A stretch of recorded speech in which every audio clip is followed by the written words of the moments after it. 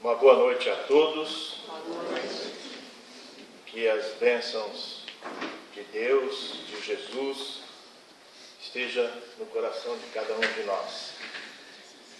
É muito bom sempre vir aqui falar para vocês, trazer a impressão que a gente tem do trabalho com o Evangelho segundo o Espiritismo, porque essa transmissão nada mais é do que isso.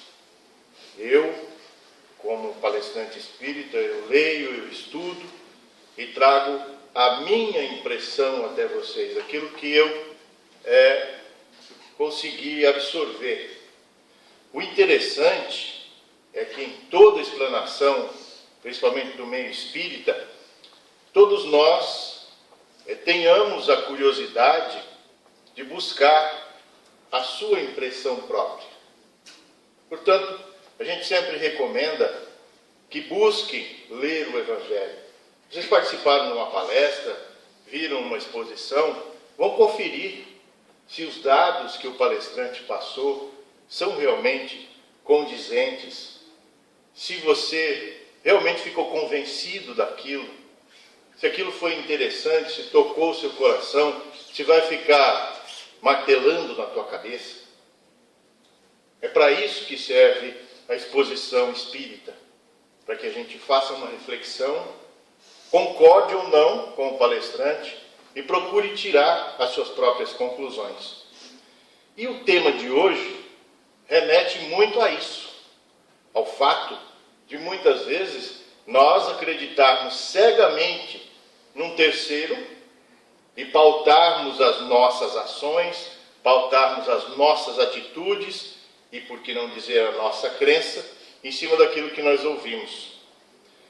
Hoje, com o advento do Evangelho segundo o Espiritismo, nós temos uma linguagem do Evangelho muito mais atualizada, com a impressão de Kardec, com a impressão dos espíritos que transmitiram, com a fartura da tradução para o nosso idioma, porque isso também deturpa muitas vezes a informação, mas é necessário que a gente busque o conhecimento por si próprio.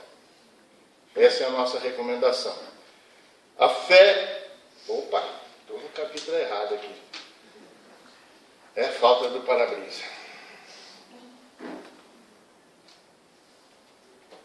Do capítulo 19, a fé religiosa, a condição da fé inabalável. Do ponto de vista religioso, a fé é a crença dos dogmas particulares que constituem as diferentes religiões. Todas as religiões têm os seus artigos de fé. Sob esse aspecto, a fé pode ser raciocinada ou cega. A fé cega, não examinando nada, aceita sem controle o falso como verdadeiro.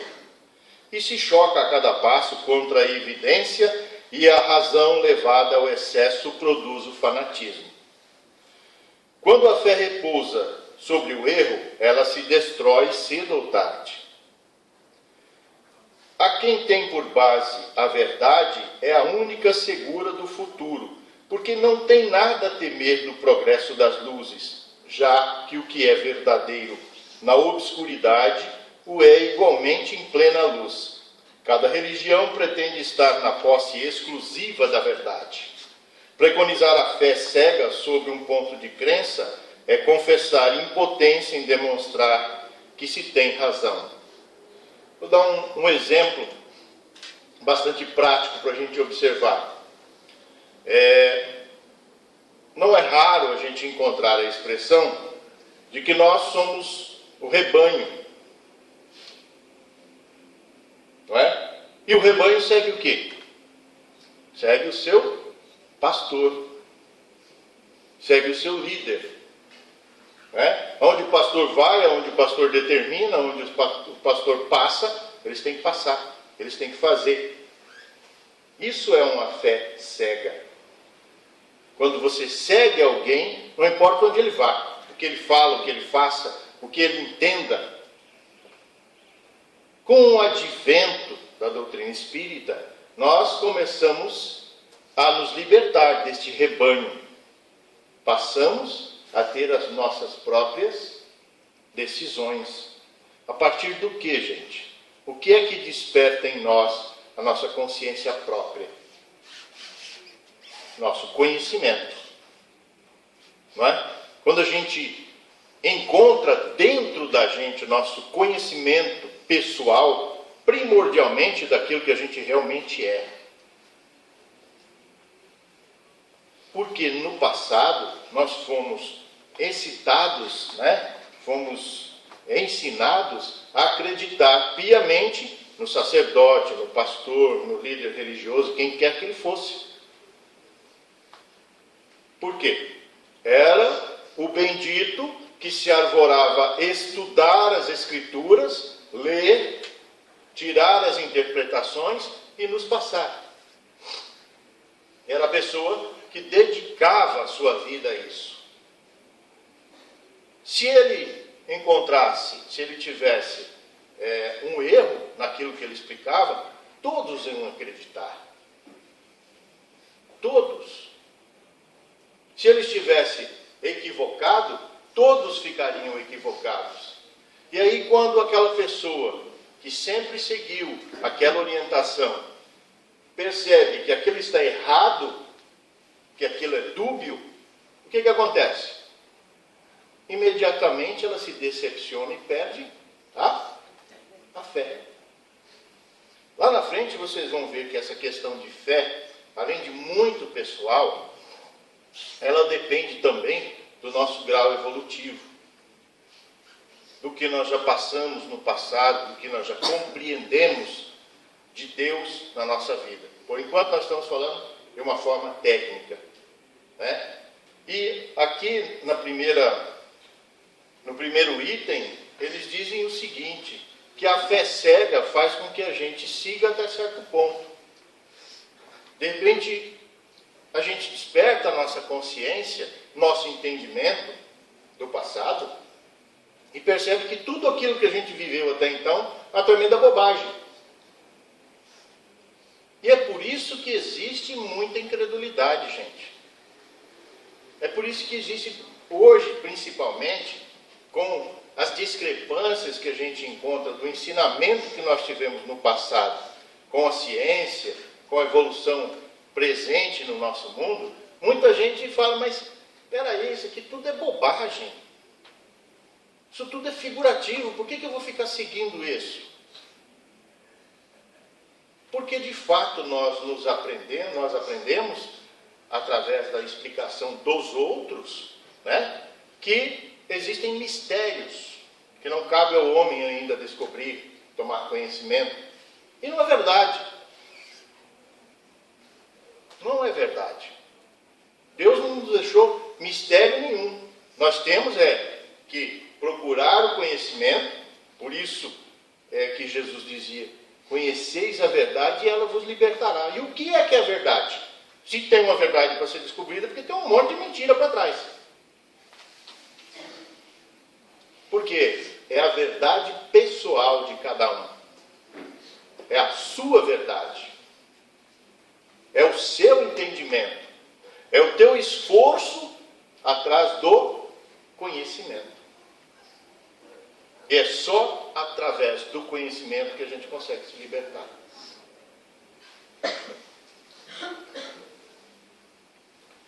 Disse vulgarmente que a fé não se prescreve. Daí muitas pessoas dizem que não é por sua culpa que não tem fé. Sem dúvida, a fé não se prescreve. O que é ainda mais justo, a fé não se impõe. Não, ela não se recomenda, mas se adquire. E não há ninguém que esteja privado de possuí-la, mesmo entre os mais refratários. Falamos das verdades espirituais fundamentais, e não dessa ou daquela crença particular. Não cabe à fé ir a eles, mas a eles ir ao encontro da fé. Se a procuram com sinceridade a encontrarão. Tende, pois, por certo que aqueles que dizem não quereríamos nada melhor do que crer, mas não o podemos. O dizem dos lábios e não do coração, porque em dizendo isso, tapam os ouvidos. As provas, entretanto, se multiplicam ao seu redor. Por que, pois, se recusam em vê-las? Nuns é negligência, em outros é medo de serem forçados a mudar os seus hábitos. Na maioria é o orgulho que recusa conhecer uma potência superior, porque lhe seria preciso inclinar-se diante dela. Ou seja, vamos tratar o primeiro ponto aqui. A fé não se impõe de fato. Não adianta a gente ficar martelando na cabeça dos outros que ele precisa acreditar em alguma coisa. Que ele precisa acreditar em Deus, em Jesus, nos Espíritos, né? Um belo dia, um amigo meu, não está aqui hoje, mas muita gente sabe que eu sou espírita, e ao mesmo tempo eu não fico convidando, vamos lá, o Leão Denis, né? Eu sou espírita, lá tem isso, lá tem aquilo. Eu não faço isso de forma nenhuma. Mas que isso, César? Então que você tem vergonha? Não. Quando a pessoa me procura e pergunta, você é espírita, senhor? Como é que funciona? Onde é que tem? Qual é a casa que você recomenda? Aí eu digo. Aí eu falo. Por quê? Justamente por esse ponto. Quando você fica chateando a pessoa, vai lá em tal lugar, vai, faz isso, faz aquilo. Um dia até tomei uma bronca da minha cunhada. Minha cunhada tinha uma dor no ombro muito forte, muito difícil. E vivia nos médicos, benzedor, igreja evangélica, católica, atropelava o padre no meio da rua para dar uma bênção nela, e aquela coisa toda. E um belo dia ela perguntou para mim, lá na casa que você frequenta tem tratamento, né? Que alguém me disse. Tem. Você me leva lá? Levo. Como é que funciona? Assim, assim, assim, assado. A mulher veio aqui, fez o tratamento, ficou boa. Agora eu pergunto, e ela vai escutar, viu? Vai ver a gravação que eu mando para ela no Zap. Cadê ela? Eu sempre falo, cadê você lá? Rosana. Entendeu? Eu cobro, gente, pelo seguinte, a pessoa vem, recebe, e depois esquece. Eu não estou dizendo que isso vai acontecer com ela ou com qualquer outra pessoa, mas muitas vezes nós fazemos isso, mesmo de forma inconsciente, porque você queria resolver o seu problema, ponto. Você queria resolver a sua dificuldade, ponto. Acabou, acabou. Eu vou continuar na minha. Não quero mudar, o meu momento, eu não quero mudar. Eu não quero ser espírita, eu não quero ser católico, eu não quero ser evangélico, eu não quero seguir, eu não quero ter essa responsabilidade. E deu. Então, quando a gente recebe a dificuldade, né, aquele pontapé, aquele cutucão, aí a gente busca, vamos aqui, vamos ali, né? Não ficar cercando o padre no meio da rua, o pastor, alguém tem que me ajudar, alguém tem que resolver o meu problema. E naquele momento ela acredita profundamente que vai ali, vai ser resolvido. E sai boa. Porque teve.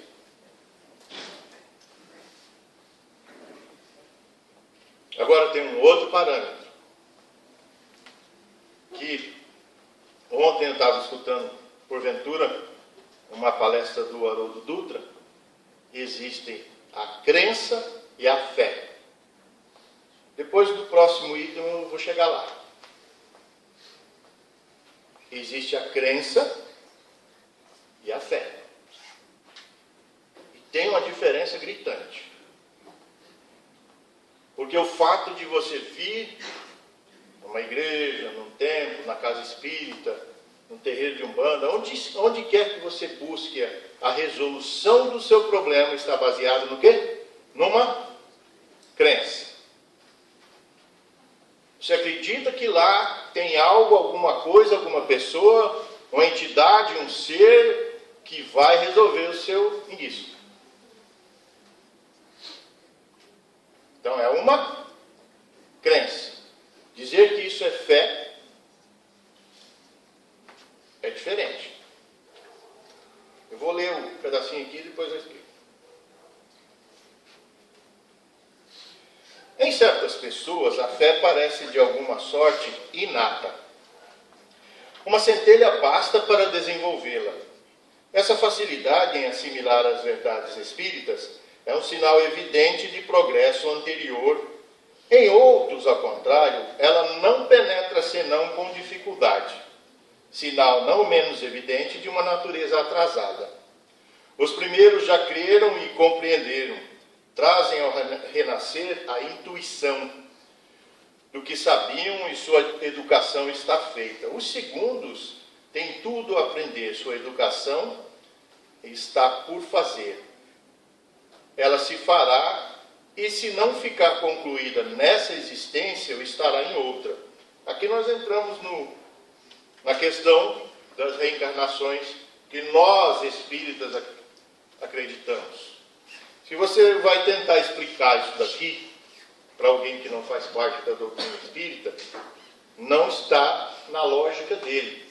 É um paradigma nosso. De nós que acreditamos nas vidas sucessivas. Né? Tem pessoas que, de fato, você vê no desenvolvimento dela, que ela pega um texto, que ela aprende alguma coisa e pá, e vai.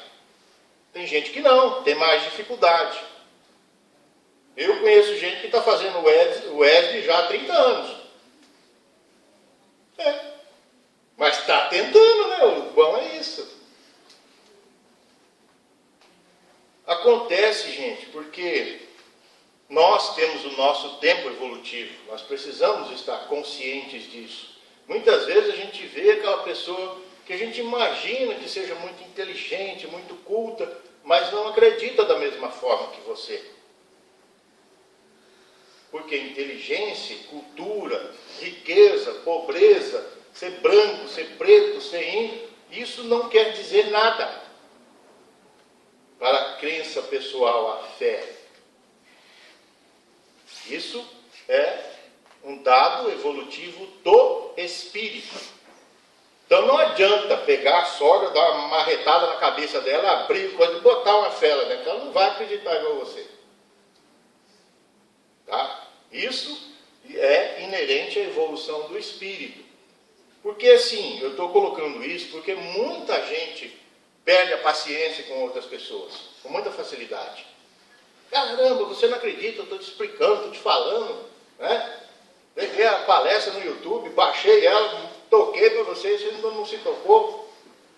Por quê? Porque não está no tempo dela.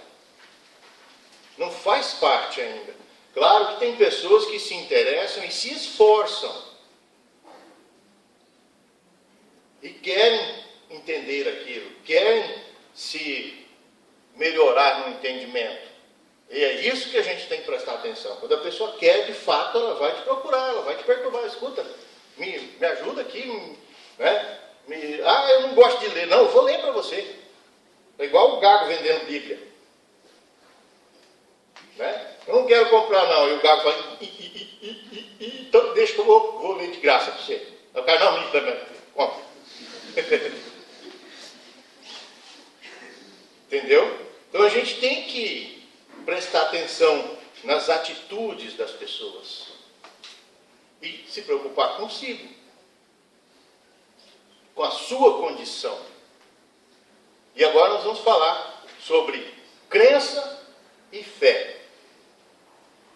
Quem tem fé aqui? Levanta a mão. Oh, que bom, hein? Vamos ver se vocês têm fé mesmo? Já foram no circo alguma vez? Quem foi no circo aqui? Quando o palhaço pega um balde, você acha que é água ou é papel picado? Né? Aquilo Você está crente que ali tem água, mas é papel. Isso é uma crença. É algo próprio da nossa mente. E fé? O que é fé? Quem pode me dizer uma palavra, uma frase que determine fé? Ter a certeza que tudo vai dar certo no final, porque Deus está cuidando. Também. Mais alguém? Vamos? Coragem, povo. Vocês não têm fé? Confiar. Como? Confiar. Confiar. É mais. Mais uma opinião só para mim desenrolar esse negócio. Acreditar que tudo está certo. Também? É que o momento certo vai acontecer, não é como a gente quer. Mas é mais. Acreditar em si mesmo é se entregar. Deixa eu dar um exemplo. Vamos puxar aqui para a terra, para nós. Tá? Quando você está ensinando uma criança a andar. Quem já viu um bebezinho se equilibrando para andar? Vamos focar na mãe do miserável. Tá? Quando ele fica em pé, ou quando ele fica na beiradinha de um lugar desse aqui assim, e a mãe dele fala, vem, ele se joga, né? Isso se chama entrega. A fé é tudo isso que vocês falaram, mas é o quê? É uma entrega. Para quem? Para quem? Para Deus.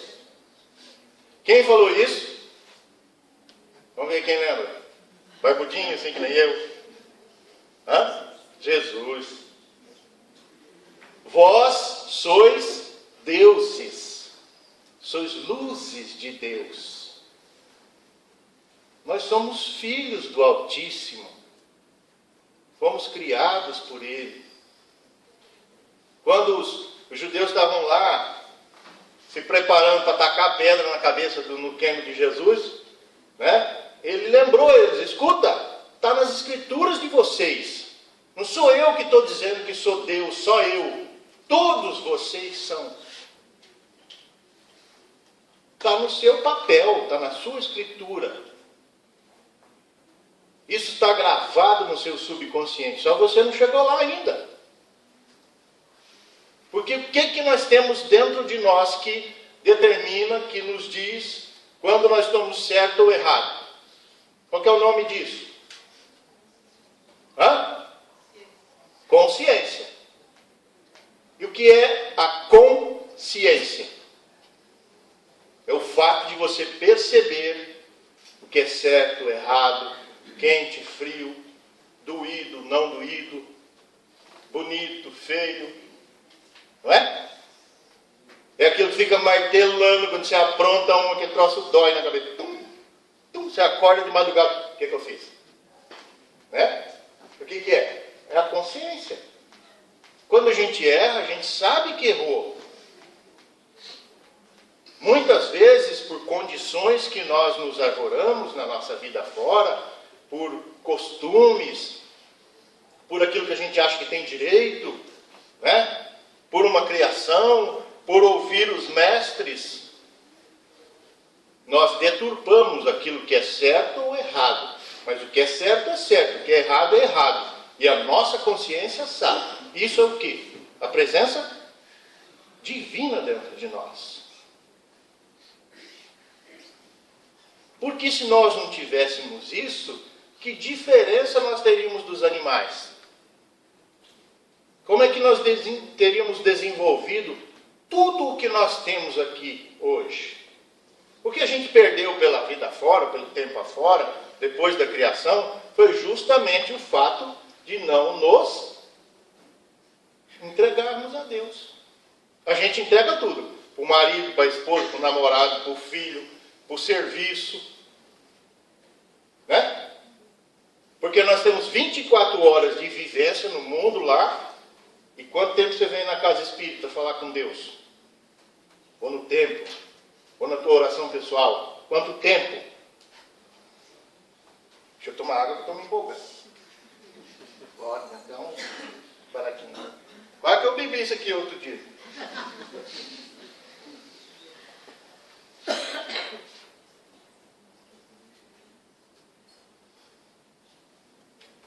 Então, quando Kardec recomendou aos postulados do Espiritismo que nós estamos recebendo, através da codificação espírita, o Consolador prometido. Então a gente não está aqui para tomar bronca, gente. A gente está aqui para despertar a nossa consciência, para perceber quem nós realmente somos, porque nós somos filhos de Deus. Estamos aqui numa experiência terrena, numa experiência simplificada de aprender fazendo. Por que você acha que Deus ajunta a gente em família? Puxa na tua cabeça e olha na tua família. Todo mundo é igualzinho? Parece que você, encarnou bem no meio do Japão, tudo igual. Não, né? Lá também não é, só o zoinho. Né? Tem o beberrão, tem o alegre, tem o chato, tem o wing-centro, né? É ou não é? Tem o falador, tem o mais quieto, tem o envergonhado, né? Tem o outro que não tem vergonha nenhuma. E a nossa vida é assim. Nós nos relacionamos com pessoas das mais diferentes formas, com os mais variados costumes, e ainda mais aqui no Brasil. Quer ver só? Quem é daqui de Santa Catarina? Levanta a mão. Quem não é? Ó, tem mais. É uma mistureira de gente, tem baiano, tem tudo quanto é tipo de, né? Tem estrangeiro, enfim. Por que essa misturada? Porque se isso não fosse para nos trazer conhecimento e interatividade, a gente estaria lá igual os índios, na nossa, né? Na nossa aldeia, com meia dúzia de gente pelada ali, aquela coisa toda, né? Mas a gente se desenvolveu. A gente montou outros países, outras culturas, outros conhecimentos. A gente se diversificou. Uns vivem na neve, outros vivem no calorão. Né? Um país que chove o tempo todo, outros não. Outros vivem na floresta, outros gostam de cidade. Por que essa diversidade? Porque a gente vem aqui para aprender fazendo, convivendo com as diferenças. O maior exemplo que a doutrina espírita nos dá é essa diferença evolutiva que a gente precisa aprender a respeitar. Eu lembro disso toda vez que eu xingo um que não liga a seta na minha frente. Vai dar raiva. A gente é espírita, mas não é. Né? Não é verdade, gente? Por quê? Porque aqui ele, coitado, não teve o costume de aprender a ligar o miserável da seta. Né? Eu aprendi, é bom para mim.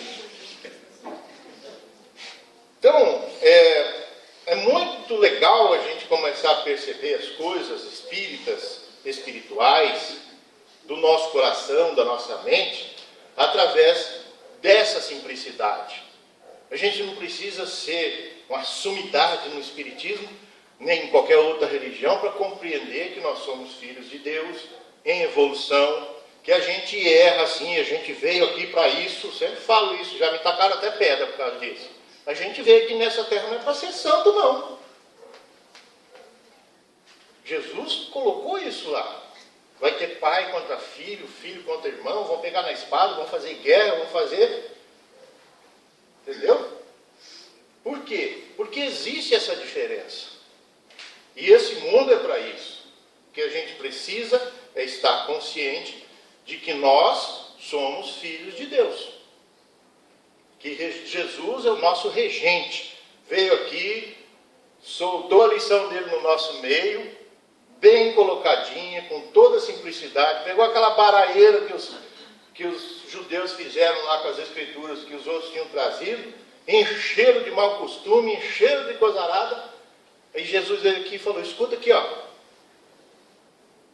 amai a Deus sobre todas as coisas. Porque esse Deus que você acha que a gente aponta lá para cima, acha que ele está lá, ele não está lá não, ele está aqui. Está aqui.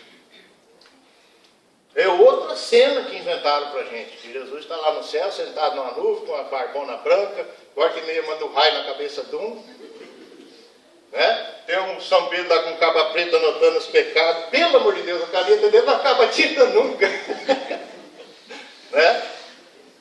Mas a gente se condicionou a acreditar nessa coisa lá. Porque é assim, porque contaram uma história desse jeito, porque o pecado, porque não sei o quê, porque não sei o quê. A coisa é muito simples. Jesus veio aqui e falou: ama a Deus sobre todas as coisas. E o teu próximo não ama mais que você, não.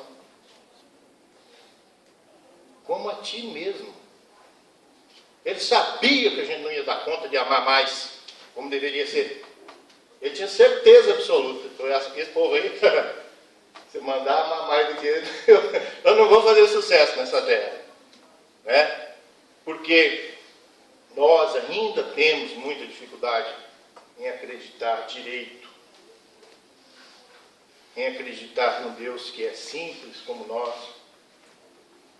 Em acreditar num Jesus que esteve aqui com muita dificuldade pela sua condição, que pôde ficar pouco tempo entre a gente, porque sua vibração era muito diferente da nossa. Para ele foi muito penoso. Tanto que aquele tempo que não fala na Bíblia que ele andou escondido, eu acho que ele foi lá para cima se refrescar. Mas, mais para frente a gente vai ficar sabendo disso. A resistência do incrédulo, é preciso nisso convir, prende-se frequentemente menos a ele do que a maneira pela qual se apresentam as coisas. A fé é preciso uma base, e essa base é a inteligência perfeita daquilo em que se deve crer. Para crer não basta ver, é preciso, sobretudo, compreender. E eu boto meu dedo ali, falo que é preciso sentir.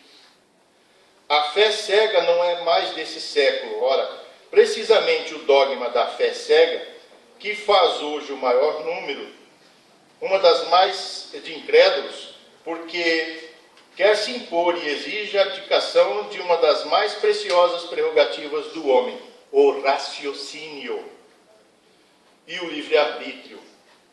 É essa fé contra a qual, sobretudo, se obstina o incrédulo, e da qual é verdadeiro dizer que não se prescreve, não admitindo provas, ela deixa no espírito um vago de onde nasce a dúvida. A fé raciocinada é aquela que se apoia sobre os fatos e a lógica. Não deixa atrás de si nenhuma obscuridade. Crê-se porque se está certo, e não se está certo senão quando se compreendeu. Eis porque ela não se dobra, porque não há fé inabalável, senão aquela que pode encarar a razão face a face, em todas as épocas da humanidade. Como eu disse anteriormente, é por conta das confusões da fé cega que ainda nos dias de hoje existem algumas religiões que insistem nos seus dogmas antigos, que insistem em toda aquela figuração que foi criada. E hoje nós temos uma compreensão, um entendimento, uma atualização do raciocínio muito forte. Qualquer criança hoje sabe das teorias evolutivas, enfim, não tem como você incutir numa pessoa, vamos supor, o figurativo de Adão e Eva, que é muito mais amplo do que se vê hoje, do que se vê antigamente. Entende? Se a gente for estudar, aquilo não são dias, não são horas, são eras, milênios. Mas não se compreende assim, e se cria uma confusão. E aí os incrédulos se pegam nisso. As pessoas, os espíritos que ainda estão aqui bastante atrasados, eles utilizam essas informações para confundir, para prejudicar.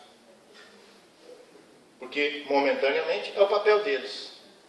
O que cabe a nós, que raciocinamos, que temos livre-arbítrio, é observar justamente as colocações de Jesus e procurar tirar aquilo que é mais simples e mais lógico, que a nossa compreensão consegue alcançar, que nós podemos compreender. Uma outra dificuldade que eu acho sempre, e estou falando a palavra certa, acho, percebo, observo, leio, encontro, é justamente a transmissão do achismo. A pessoa lê um artiguinho ali, uma coisinha, uma falação, fulano disse isso, fulano disse aquilo, e sai transmitindo e fazendo confusão. Porque achou que era daquela forma.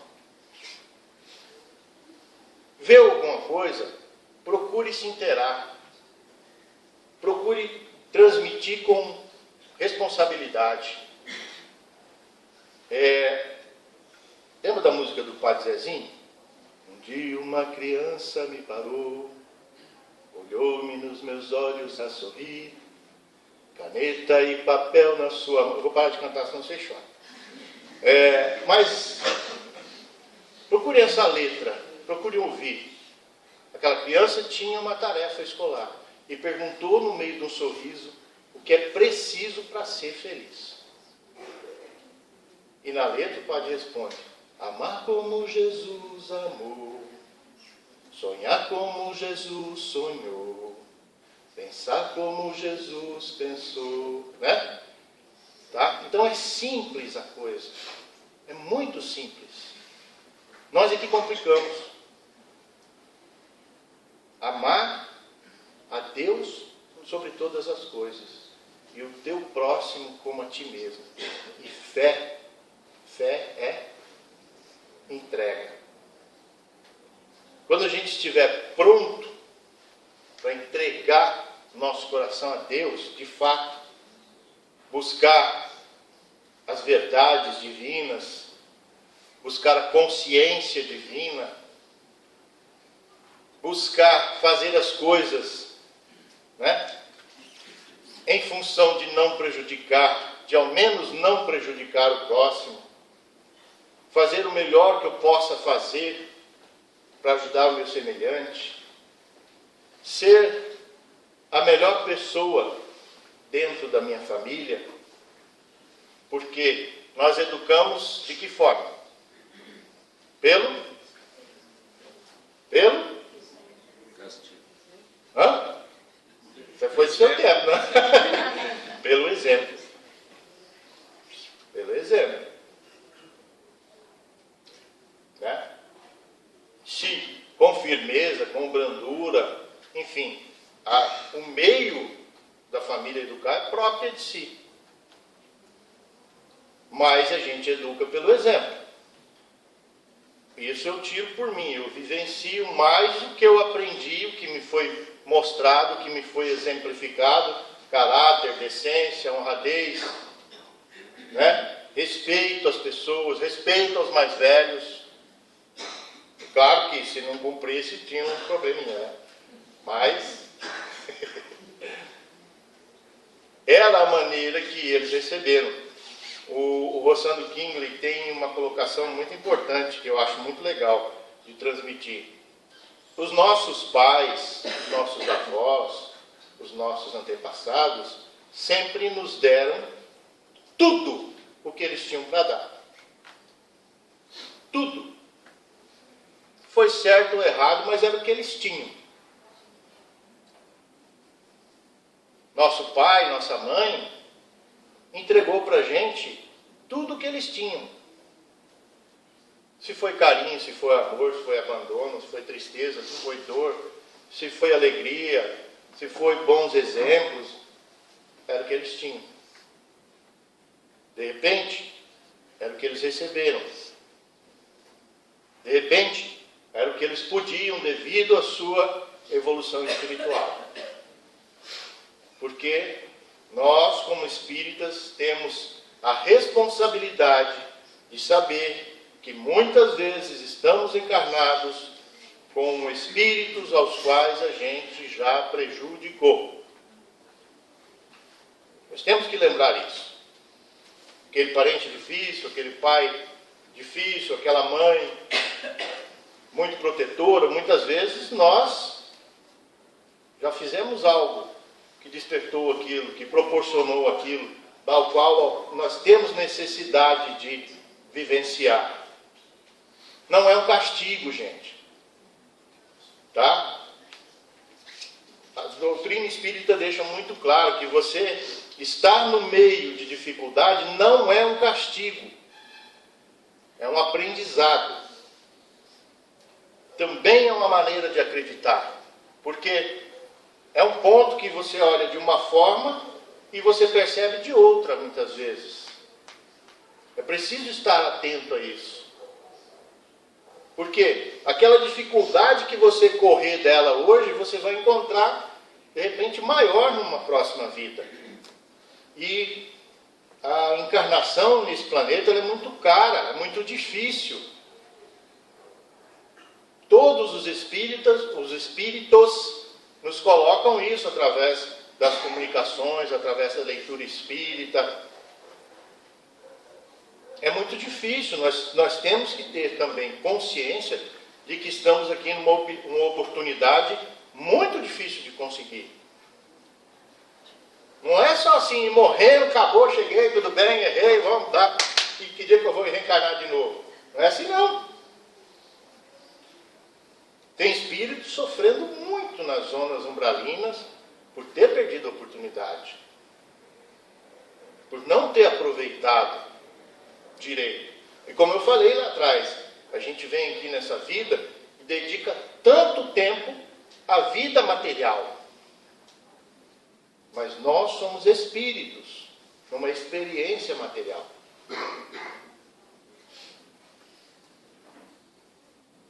Também não é para sentar e chorar, né? Caramba, agora estou perdido. Nós temos que desenvolver a nossa vida da melhor maneira possível. Buscar a simplicidade, parar de se perturbar com tantas coisas, né? Assistir menos novela, ver mais o Evangelho.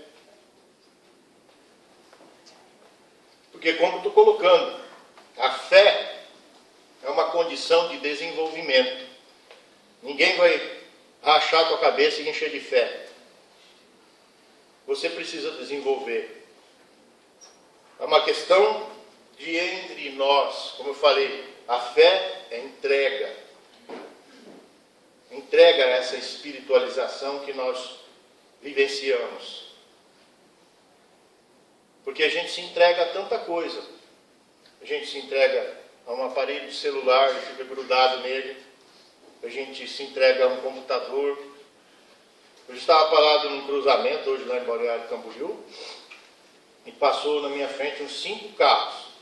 Daqueles 5, 4 pessoas vinham dirigindo com o celular assim, ó, um zóio no peixe, outro no cachorro. Então, está pesado a coisa nesse sentido, porque a gente se entrega a tantas outras coisas.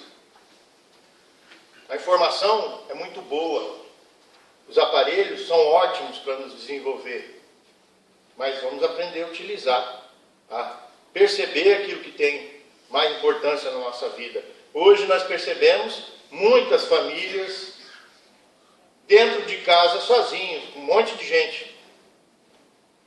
Eu não vou longe não, na minha casa de noite, domingo de noite, estava eu e os 2 filhos. Eu passava a mensagem para os moleques, vamos pedir pizza ou cachorro quente? Cada um no seu quarto. Aí chegava a pizza, a gente pegava a pizza, cada um catava um prato, enchia de pizza e pro quarto. Eu já fiz isso. A gente acha engraçado, mas é grave. Né? É grave. Por quê? A gente passa a vivenciar um mundo que não é o nosso. A gente fica lá curtindo a vizinha que botou um negócio bonito lá, o fulano lá do outro lado do mundo que escreveu tal coisa, o outro, né? E aquele povo que a gente veio aqui para encontrar, para resolver as pendências, vai passando. Então as coisas são bem simples, basta a gente colocar fé, né? Acreditar principalmente em nós, Que nós aqui, dentro de nós é que está o poder divino. É sério, o poder divino. De você discernir pelo teu livre-arbítrio o que você quer fazer da sua vida. E a nossa vida não é só esse corpinho lindo aqui, não. É uma vida espiritual. Você tem uma eternidade para se lascar lá para frente, se você não... Estou falando que ninguém vai para o inferno, não, que pode esquecer, o capeta já baniu ele. Rapaz, eu tinha um medo desse bicho. Porque quando eu não era espírita, né, para mim era o seguinte, morreu o capeta. Vem cá. Tinha tanta coisa para... Até explicar tudo para São Pedro, o céu e a terra tinham passado. Né? Porque a gente sabe, a nossa consciência nos cobra, a gente sabe o que a gente faz de errado nessa vida. Sabe sim. Vocês que ainda tem um monte de jovem aqui, ainda vão chegar numa idade que você fica pensando mais do que você aprontou do que você vai viver. E aí pensa, fala, se eu não tiver mais tempo, como é que eu vou fazer? Né? Meu prazo está vencendo. E aí acabou a oportunidade. Mas não. Vem Jesus e diz, olha, um ato de amor encobre uma multidão de pecados. Então nunca é tarde para a gente começar a modificar a nossa maneira de agir.